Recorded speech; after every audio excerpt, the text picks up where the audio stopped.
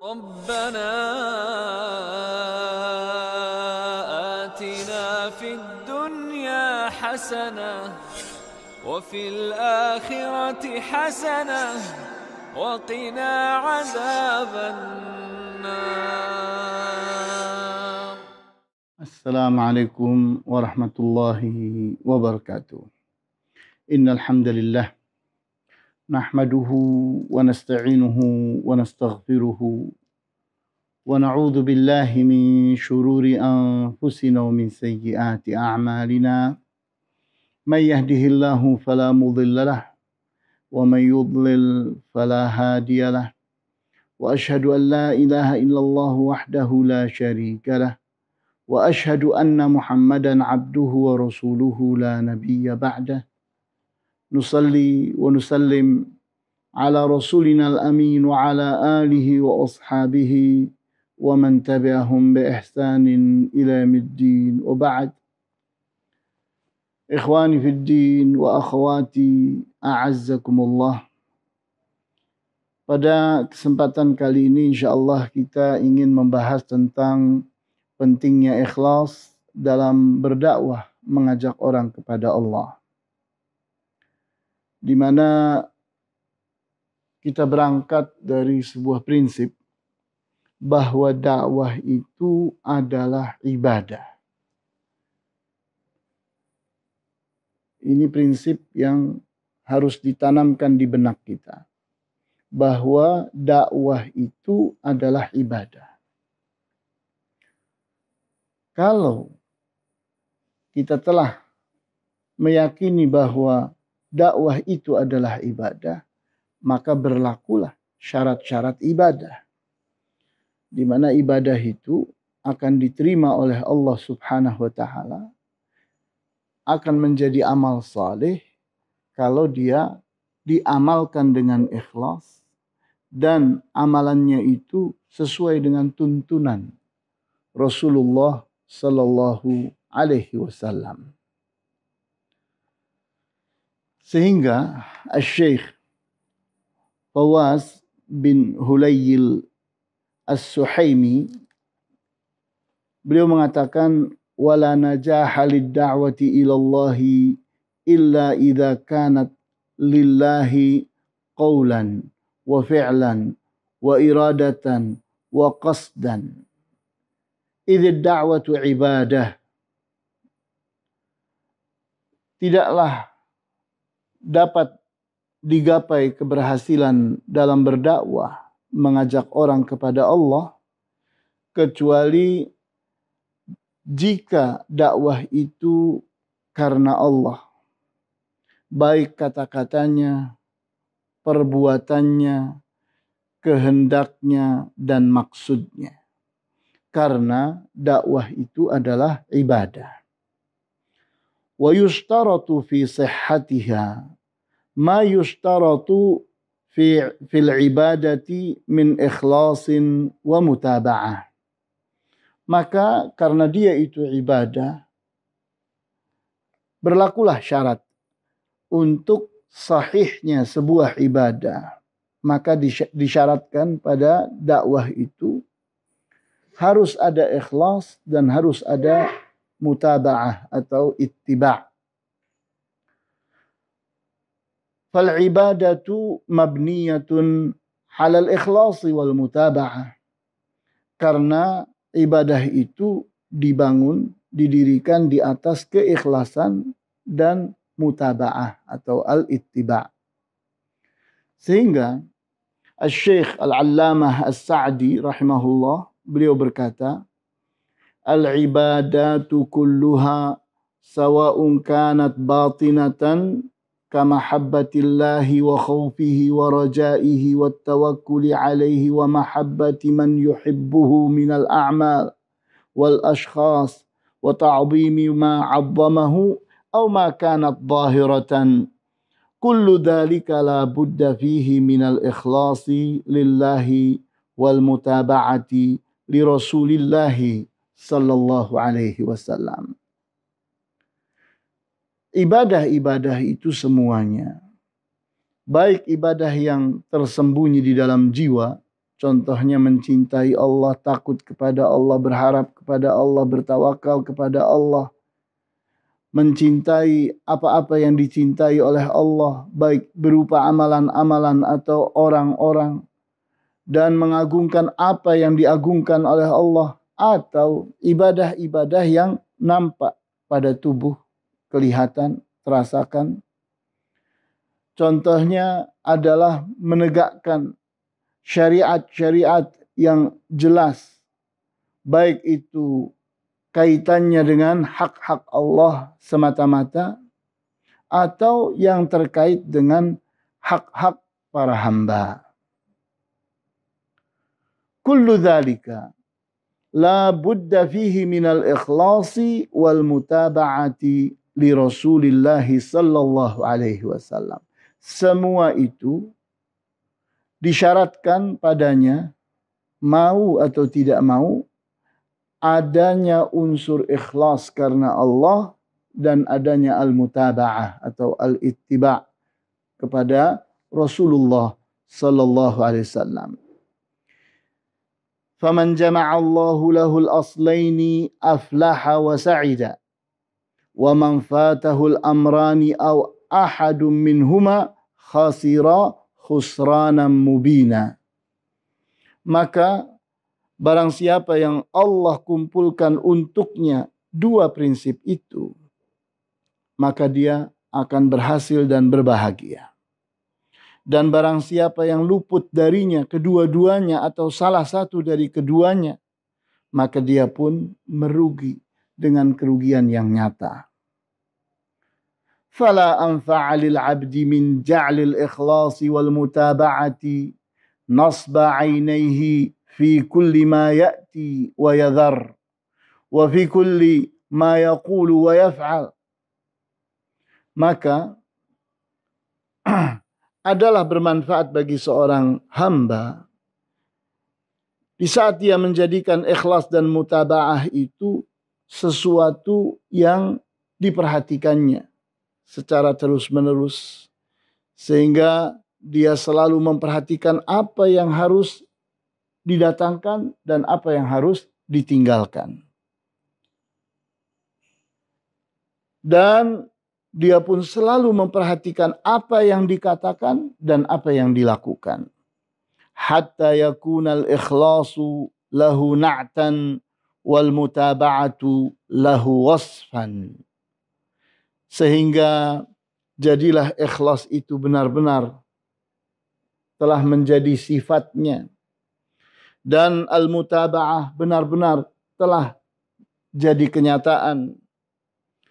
وَتَضْمَحِلُّ عَنْ قَلْبِهِ جَمِيعُ الْمَقَاصِدِ وَالْأَغْرَاضِ الْمُنَافِيَةِ لِلْإِخْلَاصِ.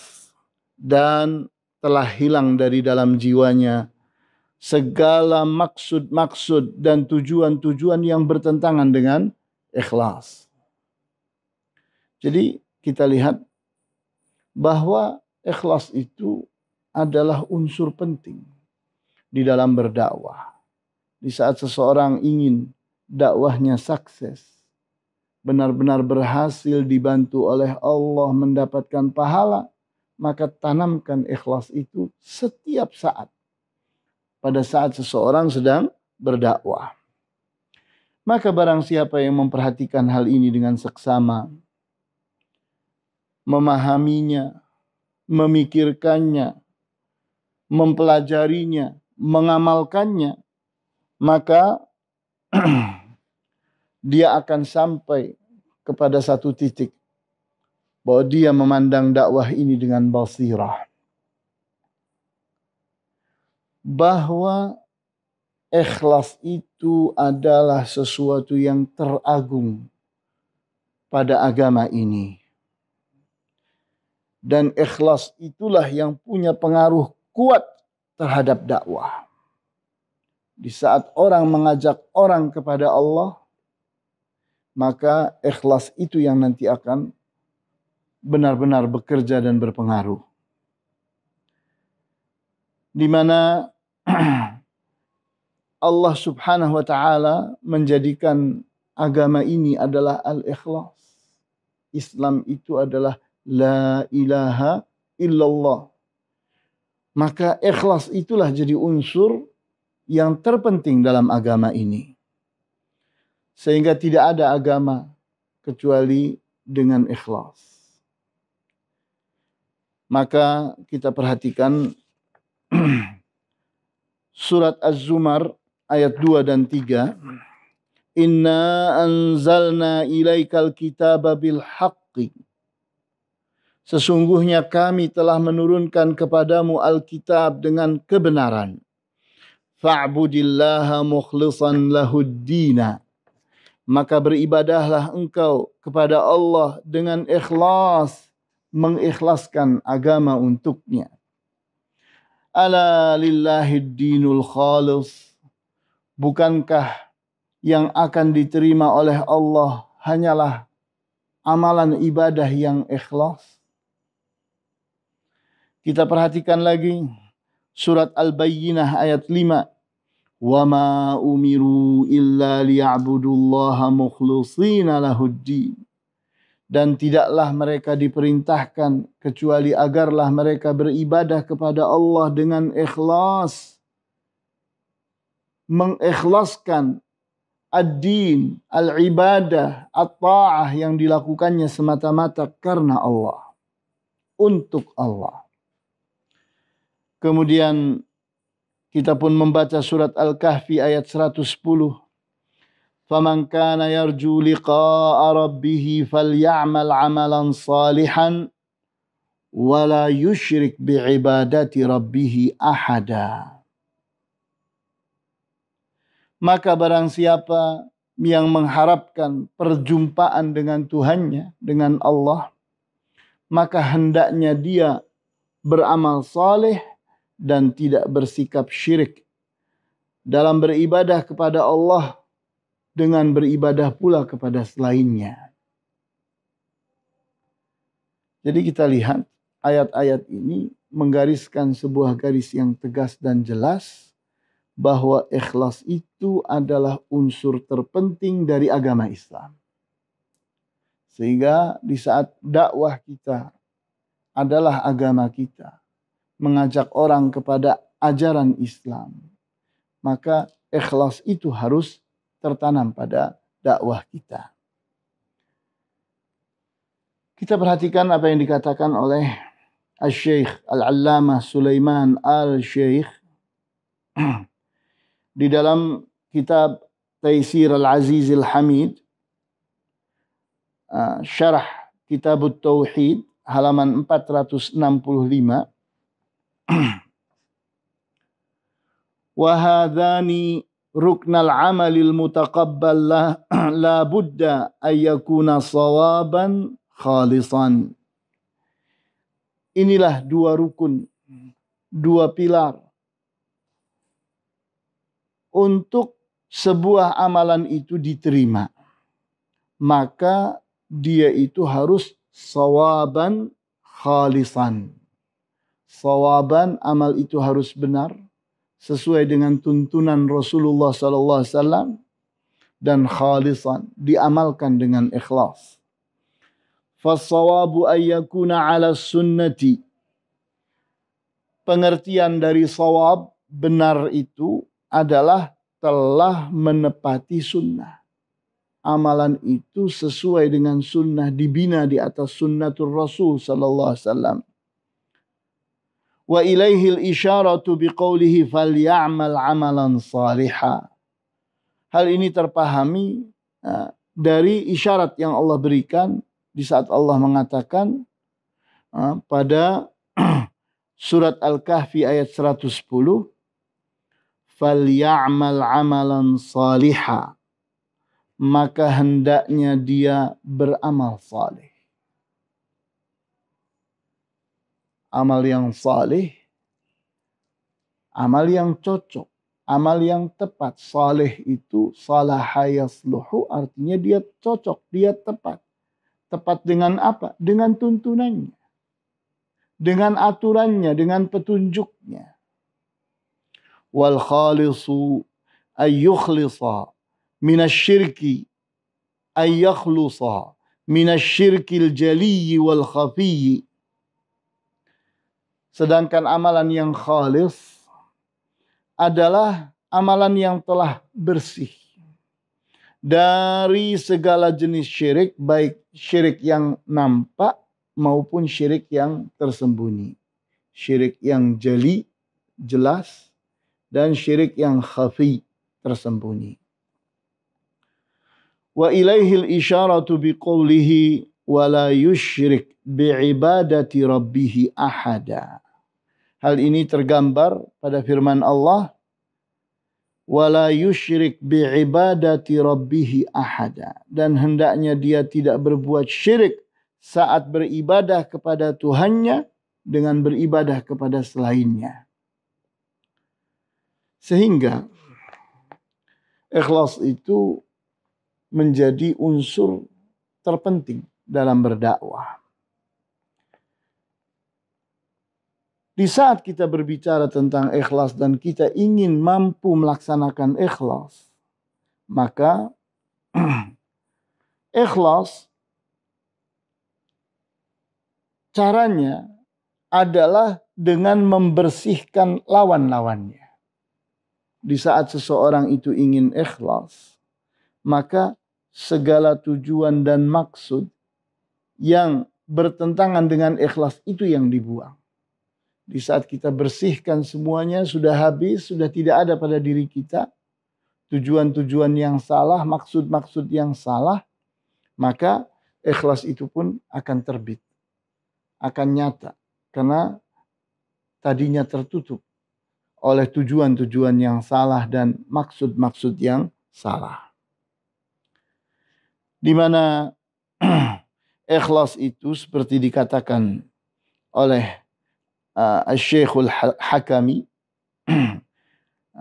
Al-Allamah Hafidh Al-Hakami dalam kitabnya Ma'arijul Qabul jilid 1 halaman 382,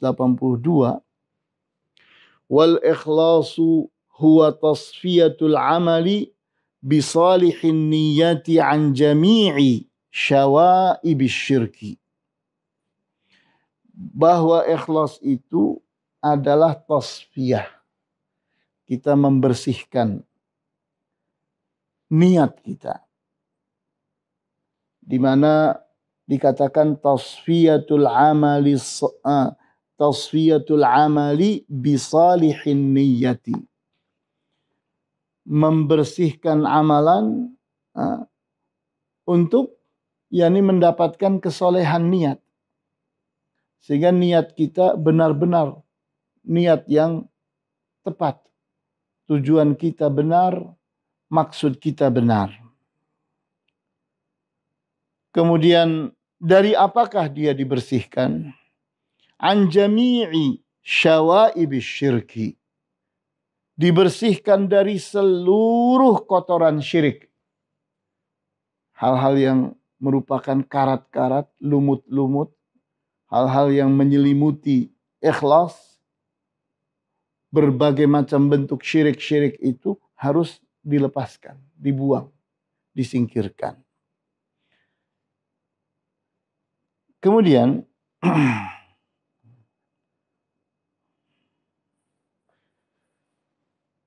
di saat kita berbicara tentang ikhlas, maka kita berbicara tentang niat. Karena ikhlas itu adanya pada niat kita. Bahwa orang yang ikhlas itu artinya orang yang niatnya, maksud dan tujuannya dalam beramal semata-mata karena Allah. Dia sedang mengagungkan Allah. Dia sedang mentauhidkan Allah. Dia sedang beribadah hanya kepada Allah. Maka setiap orang itu akan mendapatkan hasil dari amalnya sesuai dengan niatnya. Jangan sampai seseorang beramal tanpa niat. Seseorang hanya karena kebiasaan, hanya refleks. Seseorang melakukan sesuatu tanpa dorongan kehendak, dorongan maksud, dorongan tujuan, dia berbuat asal jadi asal jalan. Dia berdakwah asal berdakwah saja. Nah, ini sayang sekali. Dia kehilangan suatu hal yang penting. Bahwa di saat orang itu berdakwah, maka tanamkan ikhlas itu di dalam jiwa. Sehingga seseorang saat berdakwah, benar-benar tujuannya adalah Allah. Maksudnya adalah Allah. Yang dicari ridhonya adalah Allah semata-mata. Kemudian, semua macam ibadah itu disyaratkan padanya niat. Karena dakwah itu adalah ibadah. Dan kita ingin menjadikan ibadah kita atau dakwah kita ini sebagai amal saleh. Maka niatnya harus bersih. Harus benar. Semata-mata hanya mencari ridha Allah. Kemudian, di saat seseorang itu berdakwah, maka dia itu sedang beribadah. Maka mutu daripada ibadahnya itu adalah mutu daripada keadaan jiwanya saat beramal. Kita perhatikan surat Al-Hajj ayat 37. La yanalallaha luhumuha wala dima'uha walaki yanaluhut taqwa minkum. Tidak akan sampai kepada Allah daging-dagingnya, daging-daging kurban. Wala dima'uha, tidak pula darah-darah kurban itu. Walakin akan tetapi yanaluhu, yang akan sampai kepada Allah itu adalah at-taqwa minkum. Ketakwaan dari diri kalian. Jadi ini harus ditanamkan di benak kita. Bahwa Allah subhanahu wa ta'ala tidak terpengaruh oleh tampilan-tampilan, apalagi kepalsuan-kepalsuan yang kita buat. Tidak akan mengenai Allah. Di mana nilai terpenting dari amal kita adalah bagaimana kita berniat saat kita beramal. Jadikan itu inti persoalannya. Nah, kita melihat persoalan bahwa seseorang itu telah berbuat syirik hanya sekedar karena dia berkorban untuk berhala dengan seekor lalat. Seekor lalat tidak ada harganya, tidak bisa dijual. Tidak ada yang mau beli. Ternyata seseorang berkorban dengan seekor lalat, maka dia telah berbuat syirik. Orang miskin yang tidak punya apa-apa, dia ingin beramal dan dia ingin masuk surga dengan amalnya. Bisakah? Ya pasti bisa. Karena ibadah itu banyak daripadanya yang tidak tergantung kepada harta dan benda. Bisa jadi zikir. Bisa jadi sholat. Bisa jadi baca Quran. Berbagai amalan-amalan yang ringan yang tidak membutuhkan harta dan benda dilakukan oleh seseorang dengan keikhlasan yang luar biasa, maka terangkat dia kepada Allah menjadi sebuah amalan yang besar. Di saat seseorang berdakwah, menasehati orang, menegur orang yang berbuat kesalahan, memompa semangat orang yang berbuat kebaikan, dan seterusnya dari amalan-amalan yang ringan yang ternyata tidak membutuhkan harta dan benda. Bisa dilakukan oleh seseorang dan hasilnya luar biasa. Saat orang yang didakwahi itu ternyata tersentuh. Karena orang yang berdakwah ini ikhlas dari jiwanya, maka masuk ke dalam jiwa orang. Jadi kita lihat di saat sebuah pistol itu dia butuh peluru. Di saat dia itu tidak ada pelurunya, maka dia tidak akan menembus apapun. Tidak ada hasilnya. Di saat ternyata pistol ini benar-benar ada pelurunya, maka dia akan bekerja secara efektif dan akan tembus. Begitu pula orang berdakwah. Orang berdakwah itu pelurunya adalah ikhlas. Dia berkata-kata, dia berbuat, dia mengarahkan, dia membimbing. Perkataan dan perbuatan itu dia lakukan. Tapi di saat tidak ada peluru padanya, maka jadi kosong. Tidak akan tembus, tidak akan masuk ke dalam jiwa orang. Jadi kita lihat di sini, karena dakwah itu adalah ibadah, maka ikhlas itu syarat. Harus ada. Harus benar-benar ada pada diri seseorang yang sedang berdakwah. Karena inilah bobotnya. Inilah intinya. Inilah nyawanya, ruh yang membuat dakwah kita itu hidup. Kata-kata bisa jadi orang yang tidak ikhlas, kata-katanya jauh lebih indah daripada orang yang ikhlas. Tapi ternyata tidak tembus. Seseorang kata-katanya sangat sederhana sekali, tapi ikhlas. Jauh akan lebih menembus. Kenapa? Karena ini adalah ibadah yang memenuhi syaratnya. Kemudian kita perhatikan surat Fussilat ayat 46. Man amila salihan falinafsihi wa man asa'a fa'alaiha. Man amila salihan falinafsihi. Barang siapa yang beramal salih, maka untuk dirinya. Dia yang akan dapat hasilnya. Wa man asa'a, dan barang siapa yang berbuat keburukan, fa'alaiha. Maka yang akan terbebani adalah dia. Kita lihat, orang yang sedang berdakwah itu adalah orang yang sedang beramal saleh. Karena dia sedang beribadah. Dia telah memenuhi syarat-syarat ibadah itu. Dia berdakwah dengan ikhlas. Dan dia ikuti petunjuk dan arahan. Contoh dari Rasulullah SAW. Diikutinya. Maka dakwah itu pun bekerja. Hasilnya apa? Hasilnya untuk dia.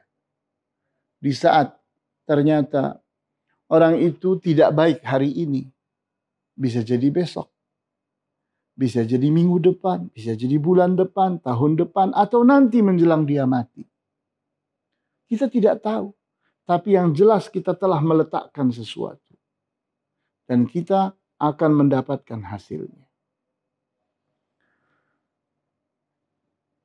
Kita perhatikan hadis yang sahih diriwayatkan oleh Muslim, di mana Rasulullah SAW bersabda, Inna Allah la yanzuru ila ajsamikum, wala ila suwarikum, walaki yanzuru ila qulubikum wa a'malikum. Sesungguhnya Allah tidak memperhatikan tubuh-tubuh kalian. Dan tidak memperhatikan bagaimana tampilan-tampilan kalian. Akan tetapi yang diperhatikan oleh Allah adalah bagaimana jiwa kalian. Bagaimana amalan kalian. Jadi kita lihat di saat kita itu berdakwah, kita sering terkecoh pada tampilan-tampilan. Kita terkecoh pada bagaimana tubuh orang itu diatur-atur. Ternyata belum tentu berpengaruh. Namun di saat seseorang itu sederhana, dengan jiwanya dia berdakwah, dengan amal saleh dia berdakwah, maka ternyata dia mampu mempengaruhi orang. Karena dakwah itu dari jiwa ke jiwa. Di saat jiwa itu bisa menyentuh jiwa yang lain, maka perubahan pun akan terasakan. Kemudian niat yang saleh adalah sesuatu yang harus ada dan nyata. Sehingga di saat kita memperhatikan sejarah hidup para nabi dan para rasul, selalu nabi dan rasul itu dimusuhi oleh orang-orang yang kafir dan musyrik. Ini nyata sekali bahwa di saat kita berbicara tentang dakwahnya para nabi dan para rasul, ternyata semua nabi dan rasul itu dimusuhi oleh orang-orang kafir dan orang-orang musyrik. Kenapa? Karena para nabi itu adalah orang-orang yang benar-benar ikhlas dan mengajak orang kepada ikhlas. Para nabi dan rasul itu orang-orang yang benar-benar bertauhid dan mengajak orang kepada at-tauhid. Ikhlas inilah, at-tauhid inilah yang tidak disukai oleh orang-orang kafir dan musyrik. Karena tujuan hidup mereka adalah dunia. Kepentingan mereka adalah dunia. Maksud dari apapun yang diamalkan oleh mereka adalah dunia. Sehingga tidak suka kepada orang-orang yang berbuat sesuatu yang bertentangan dengan itu. Kita perhatikan hadis yang sahih diriwayatkan oleh Muslim, di mana hadis ini adalah hadis qudsi. Allah Subhanahu wa taala berfirman, "Ana aghna syuraka'i 'ani syirki." Aku adalah paling tidak butuhnya para sekutu terhadap syirik, terhadap persekutuan. Man 'amila 'amalan asyraka fihi ma'iya ghairi taraktuhu wa syirkahu. Maka barang siapa yang mengamalkan suatu amalan, dia berbuat syirik pada amalnya itu, sehingga bersamaku ada selainku yang diibadahinya, yang dijadikan tujuan amalannya, taraktuhu, aku tinggalkan orang itu. Wa syirkahu, dan aku tinggalkan syiriknya. Jadi kita lihat, yang menyebabkan Allah tidak menyertai kita, itu adanya unsur syirik. Nah, di saat ikhlas tidak berhasil kita bangun, maka syirik itulah yang ternyata tampil, yang ada pada diri seseorang, pada jiwa seseorang. Walaupun tampilannya, dia tampilkan dirinya sebagai orang yang alim, orang yang sangat beribadah kepada Allah, dan seterusnya dan seterusnya. Itu tampilan. Tapi ternyata jiwanya tidak ikhlas. Dia tidak sedang bertauhid. Maka saat dia itu berbuat, dia berdakwah, Allah tinggalkan dia. Allah tidak membantunya. Kenapa? Karena ada sesuatu yang membuat Allah jadi tidak butuh kepadanya. Yaitu adanya unsur syirik. Kita perhatikan surat Az-Zumar ayat 28. Daraballahu masalan, Allah membuat suatu permisalan, suatu perumpamaan, rajulan fihi syuraka'u mutasyakishun. Ada seseorang yang dia itu ternyata dimiliki oleh orang-orang secara bersama-sama. Jadi ada seorang budak dimiliki oleh berbagai macam majikan. Wa rajulan salaman li rajulin. Ada satu contoh lagi, adalah seseorang yang dia hanya memiliki satu majikan saja. Dia selamat dari yang lain. Dia hanya mengabdi kepada satu orang saja. Hal yastawiyani masalan. Apakah dua hal ini sama? Seseorang punya majikan yang banyak, maksud-maksudnya, tujuan-tujuannya, kepentingan-kepentingannya ternyata bisa jadi saling bertentangan. Bagaimana dia ingin memuaskan semuanya. Sedangkan yang satu ini, orang yang satu lagi ini, ternyata majikannya cuma satu. Sehingga maksudnya cuma satu, tujuannya cuma satu, kepentingannya cuma satu. Mudah dia memuaskannya.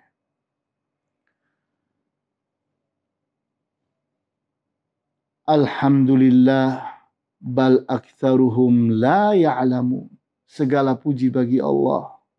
Akan tetapi kebanyakan dari para manusia tidak mengerti ini.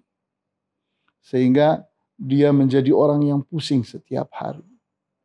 Karena selalu terjadi bentrok kepentingan, bias tujuan, tidak jelasnya, yakni maksud dan sebagainya. Itu terus dia hidup dalam kegamangan. Tidak ada kejelasan.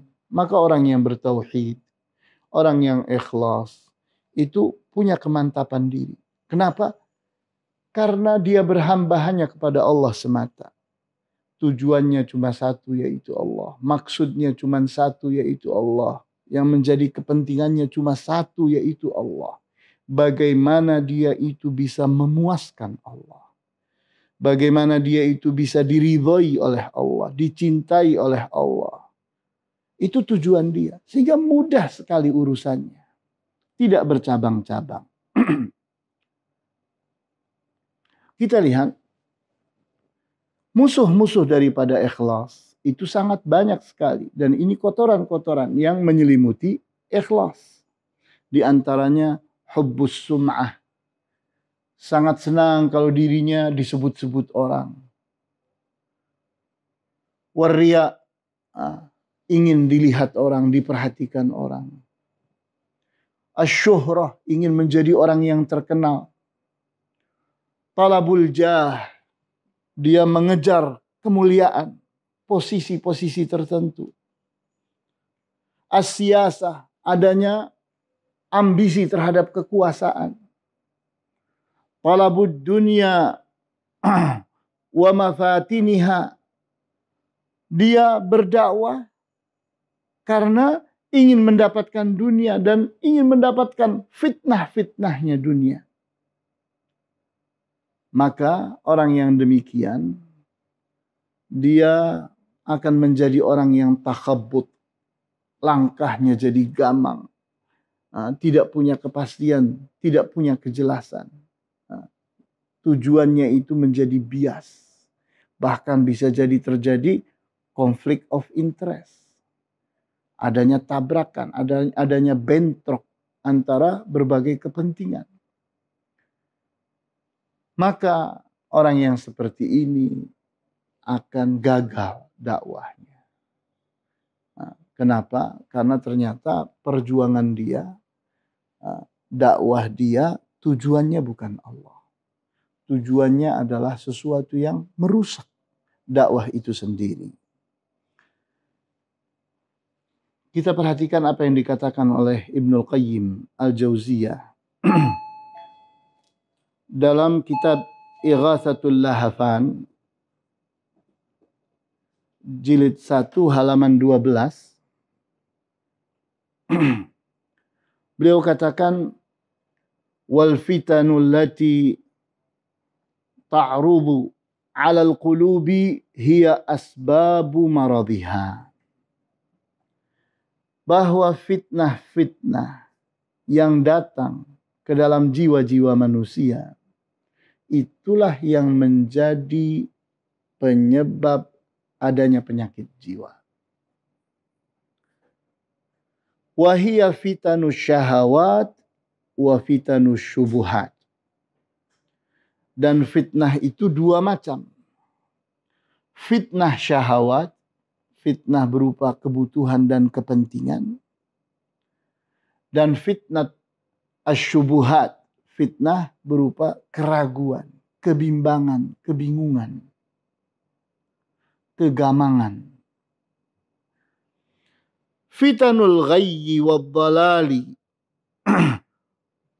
fitanul ma'asi wal bid'ah, fitanul zulmi wal jahli. maka kita lihat fitnah-fitnah itu wujudnya bisa berupa penyimpangan, bisa berupa kesesatan, bisa berupa perbuatan maksiat, bisa berupa bid'ah-bid'ah, bisa berupa keboliman-keboliman, dan bisa berupa kebodohan. Fal'ula tujibu fasadal qasdi wal iradati. Yang pertama, yaitu fitnahnya syahwat, fitnah karena kebutuhan dan kepentingan, maka akan merusak maksud, tujuan dan kehendak seseorang.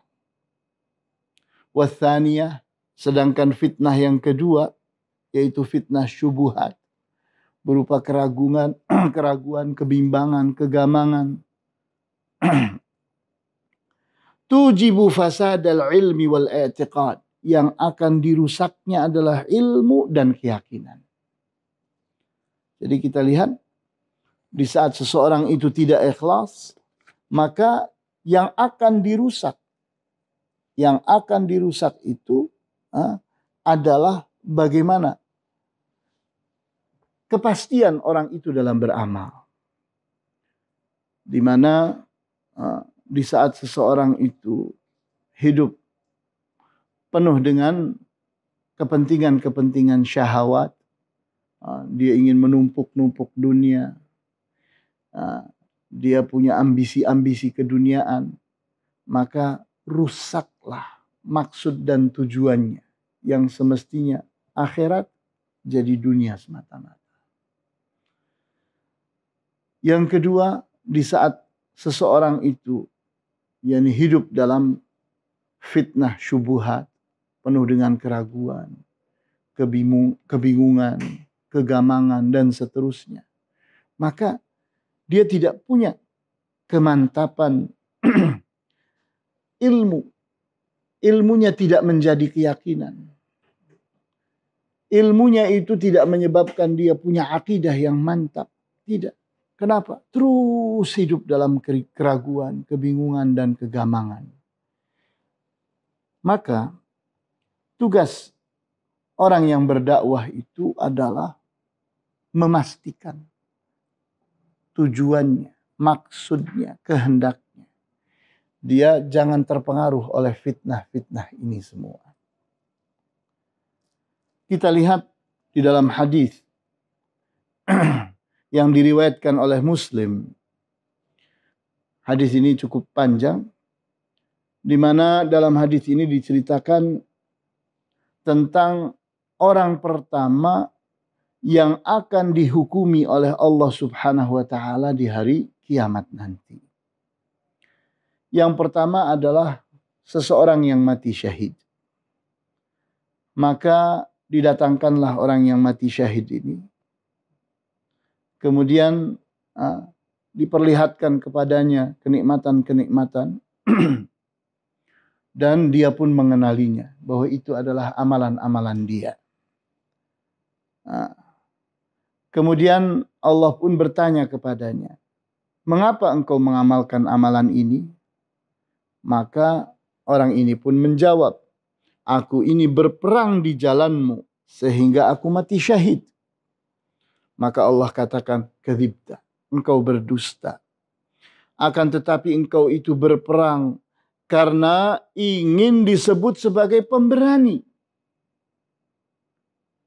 Dan ucapan itu pun sudah dikatakan oleh orang untukmu."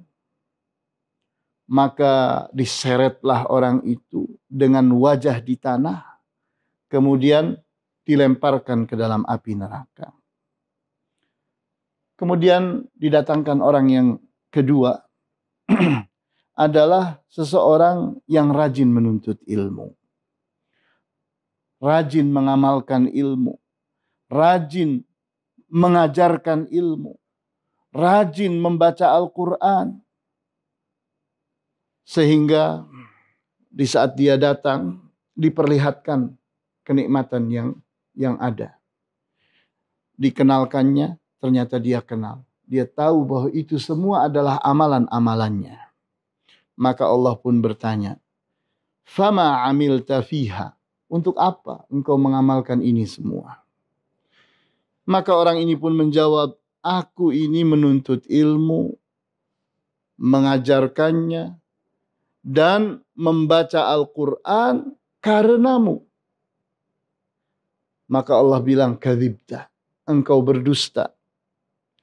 Akan tetapi engkau itu mempelajari ilmu untuk dikatakan oleh orang bahwa engkau adalah orang yang alim. Dan engkau membaca Al-Quran untuk dikatakan oleh orang bahwa engkau adalah qari. Dan itu semua sudah dikatakan untukmu. Maka diseretlah orang itu dengan wajah di tanah dan dilemparkan ke dalam api neraka. Kemudian orang yang ketiga adalah seseorang yang Allah beri rizki yang luas. Sehingga dia menjadi orang yang kaya. Kemudian dia pun menjadi orang yang mengamalkan dengan hartanya itu. Kemudian saat datang di hadapan Allah di hari kiamat, Allah perlihatkan kepadanya nikmat-nikmat. Kemudian orang ini pun mengenalinya. Oh, ini adalah amalan-amalannya dengan harta dan bendanya itu. Maka Allah pun bertanya kepadanya, fama amilta fiha, mengapakah engkau mengamalkan ini? Qal, orang itu menjawab, aku tidaklah memandang kepada suatu jalan yang memerlukan infak padanya karenamu, maka aku berinfak karenamu. Maka Allah pun mengatakan, kadzibta, engkau berdusta. Engkau itu beramal, berinfak untuk dikatakan bahwa engkau adalah seorang yang jawad, orang yang mulia budi, pemurah, mudah untuk berinfak untuk kepentingan-kepentingan dan manfaat-manfaat. Dan itu sudah dikatakan kepadamu. Maka diseretlah orang itu dengan wajah di tanah, kemudian dilemparkan ke dalam api neraka. Hadis ini sahih, diriwayatkan oleh Muslim. Jadi kita lihat ini 3 macam manusia yang merupakan orang-orang pertama yang masuk ke dalam api neraka. Penyebabnya apa? Niat. Amalannya baik. Amalannya jelas, dia berperang sehingga mati syahid. Orang yang kedua, jelas dia orang yang alim, orang yang qari terhadap Al-Quran. Orang yang ketiga pun jelas bahwa dia adalah orang yang sangat kuat infaknya di jalan Allah. Tapi ternyata tidak jaminan. Karena yang dipandang oleh Allah pertama kali adalah jiwanya. Niat kamu itu apa? Kehendakmu itu apa? Allah tidak tertipu oleh apa yang ditampilkan, apa yang dilakukan. Sehingga Ibnu Qayyim Al-Jauziyah mengatakan,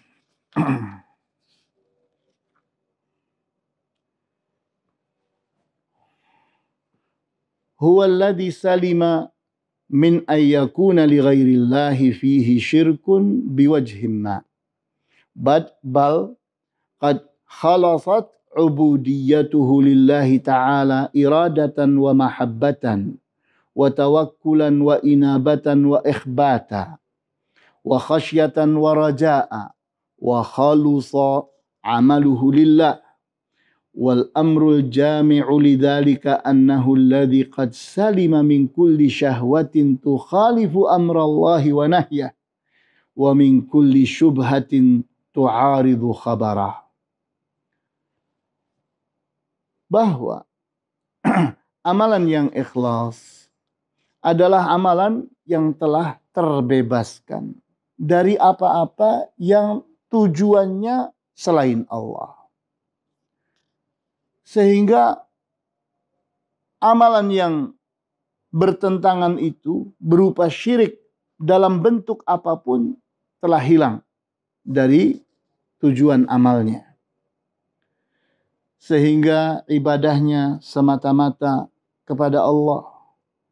Kehendaknya, cintanya, tawakalnya, sikap inabahnya, sikap tunduk patuhnya, rasa takutnya, rasa harapnya, semua itu hanya Allah semata-mata. Sehingga bersihlah amalannya karena Allah semata-mata. Maka pada akhirnya bahwa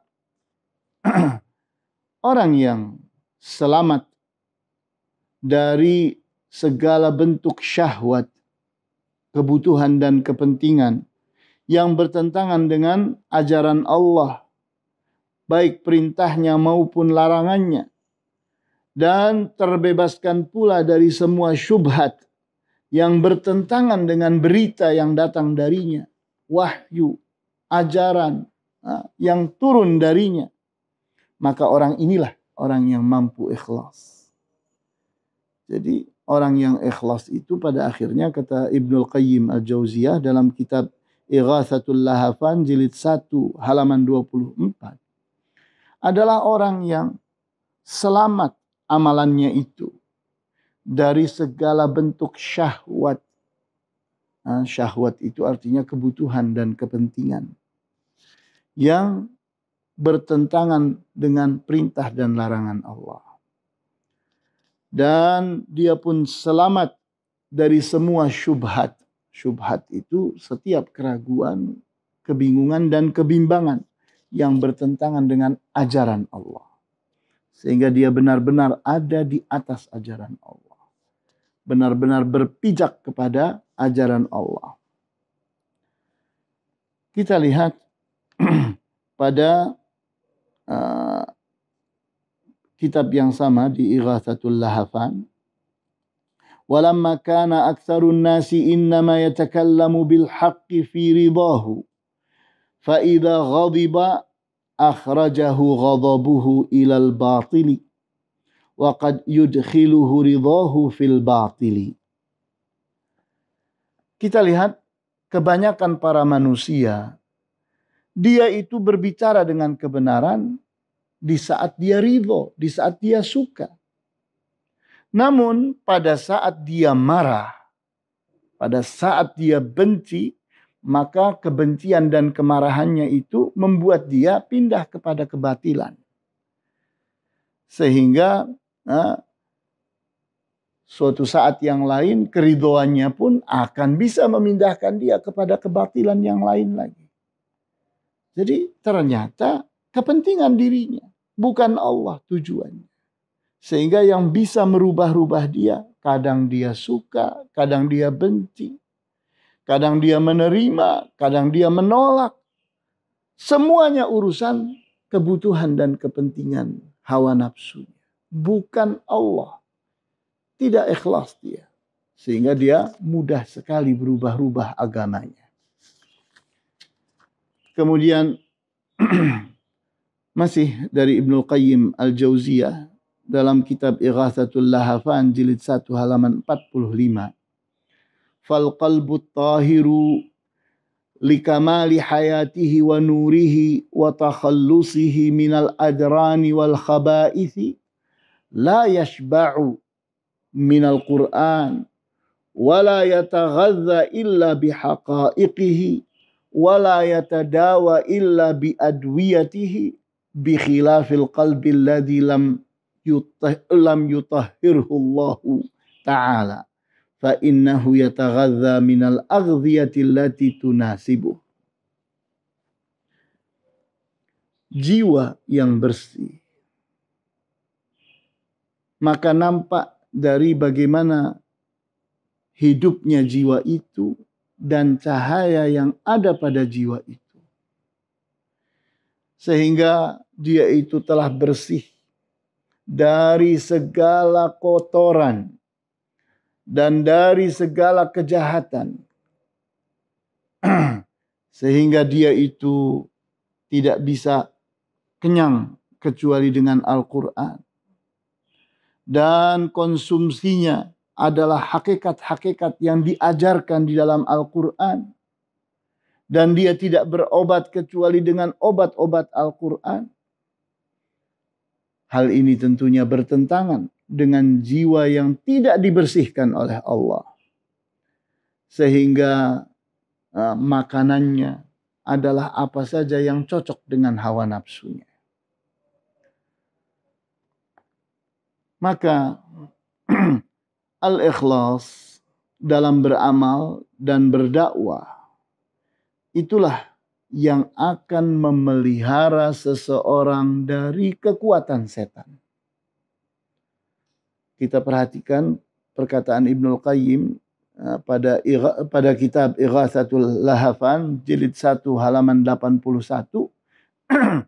Fattauhid wat tawakkul wal ikhlasu yamna'u sultanahu. Bertauhid, bertawakal dan berikhlas itulah yang akan melawan setan, yang akan menghadang setan. Jadi kalau kita ini bertanya, bagaimana sih saya supaya saya selamat dalam beramal? Maka jawabnya, bertauhidlah engkau. Bertawakallah semata-mata engkau kepada Allah. Bersikap ikhlaslah engkau kepada Allah. Maka syaitan itu sulit untuk menembusmu. Kemudian dalam hal yang lain kita perhatikan Al-Syekh Al-Allamah Asy-Shinqiti dalam kitab Al-Islam Dinun Kamil halaman 49 beliau menjelaskan ayat Al-Quran surat Al-Fatah ayat 18. Fa'alima ma fi qulubihim. Kemudian firman Allah wa ukhra lam taqdiru 'alaiha qad ahata Allahu biha. Asy-Syaikh Asy-Shinqiti menerangkan bahwa ikhlas itulah inti yang menyebabkan seseorang itu terbuka jalannya. Sehingga dia bisa mengalahkan lawan yang lebih kuat daripada dirinya. Dicontohkan pada kejadian Bai'atur Ridwan. Rasulullah SAW berangkat dari Madinah menuju ke Mekah hanya sekedar untuk berumrah, bukan untuk pergi berperang. Sehingga senjata yang dibawanya hanya sekedar pelindung diri saja. Bukan senjata lengkap untuk berperang. Berangkatlah. Kemudian pada saat sudah dekat dari Mekah, maka diutuslah Utsman ibn Affan untuk meminta izin untuk melakukan umrah, kemudian kembali lagi ke Madinah. Nah, kita lihat apa yang terjadi, malah keharusan untuk berperang. Maka pada saat itulah Rasulullah SAW bersama para sahabat berbaiat dengan baiat yang sangat terkenal disebut dengan Bai'atur Ridwan. Nah, keikhlasan mereka itu semua, Rasulullah SAW bersama para sahabatnya itu, maka membuat pertolongan Allah pun datang. Sehingga orang kafir Quraisy pun ketakutan. Kemudian terjadilah Sulhul Hudaybiyah yang terkenal itu. Bagaimana mereka itu akhirnya bersepakat dengan kesepakatan. Kemudian mereka pun pada saat berikutnya mampu datang ke Mekah untuk memerdekakannya. Jadi di sini kata Syekh Asy-Shinqiti rahimahullah bahwa unsur terpenting yang menyebabkan datangnya pertolongan Allah adalah unsur ikhlas. Kemudian di saat orang berdakwah, maka dakwah itu tidak akan mendatangkan hasilnya, panennya, baik di dunia maupun di akhirat, kecuali di saat seseorang itu ikhlas. Benar-benar dia bersihkan amal dakwahnya itu dari riya, dari sum'ah, dari bid'ah dan seterusnya. Di mana kita niati bahwa di saat kita berdakwah itu kita sedang beribadah. Maka di saat kita sedang beribadah, maka jangan ada unsur syirik di dalam amal kita. Kemudian kita pun melihat bagaimana dakwahnya para nabi. Nabi Nuh alaihi salam diceritakan dalam surat Hud ayat 29.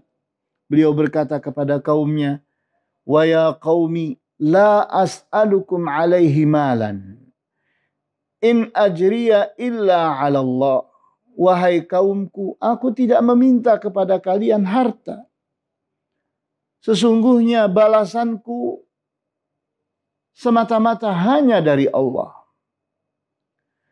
Kemudian kita lihat lagi Nabi Hud alaihi salam.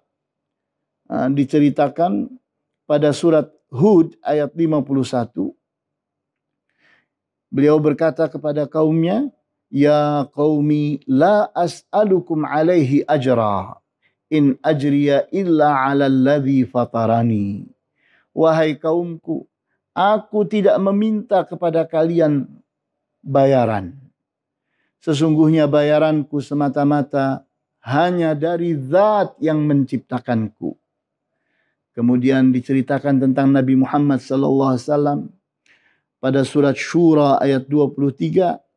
La as'alukum alaihi ajra illal mawaddata fil qurba. Aku ini tidak meminta kepada kalian bayaran apapun, kecuali hanya kasih sayang dan kekerabatan. Jadi kita lihat di sini bahwa inilah ikhlas yang ada pada para nabi dan rasul, dan itulah yang menjadi suri tauladan kita. Sehingga kewajiban kita adalah benar-benar mengikhlaskan amal dakwah kita untuk tidak ada padanya unsur-unsur yang menyimpangkannya. Inilah pelajaran kita pada saat ini. Wallahu ta'ala a'lamu bis-shawab. Walhamdulillahi rabbil alamin. Wa sallallahu ala asyrafil anbiya'i wal mursalin. Wa ala alihi wa ashabihi ajma'in. Subhanakallahumma bihamdika. Ashhadu an la ilaha illa anta. Astaghfiruka wa atubu ilaik. Wassalamu alaikum warahmatullahi wabarakatuh.